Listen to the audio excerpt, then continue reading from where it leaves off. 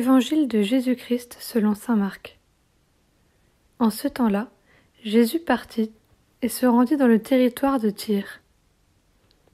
Il était entré dans une maison, et il ne voulait pas qu'on le sache, mais il ne put rester inaperçu.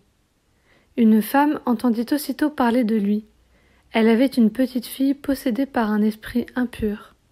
Elle vint se jeter à ses pieds. Cette femme était païenne, syrophénicienne de naissance, et elle lui demandait d'expulser le démon hors de sa fille.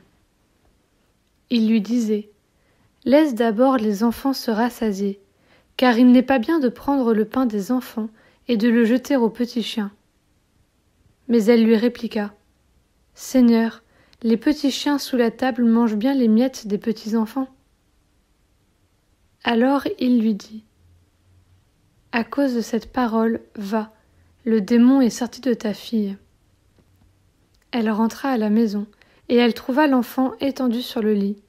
Le démon était sorti d'elle.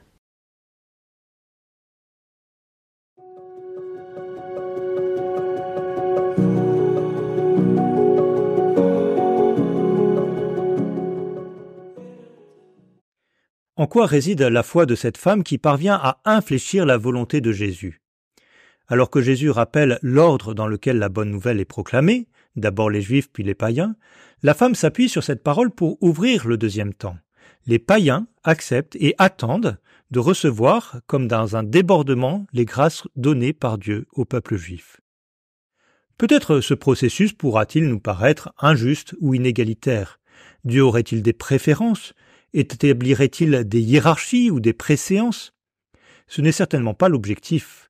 En revanche, il est bon, à travers cet épisode, de se remettre dans l'attitude d'humilité et de disponibilité de cette syrophénicienne.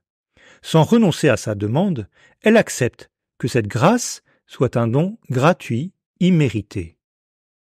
Avec elle, je peux reconnaître que je ne suis peut-être pas prioritaire aux yeux de Dieu, mais que c'est bien par pure grâce et par pur amour qu'il vient néanmoins me rejoindre. Tu es grand Dieu saint, loué soit ton nom, tu es grand Dieu fort, et nous célébrons Dieu de tendresse, ta miséricorde et ton amour.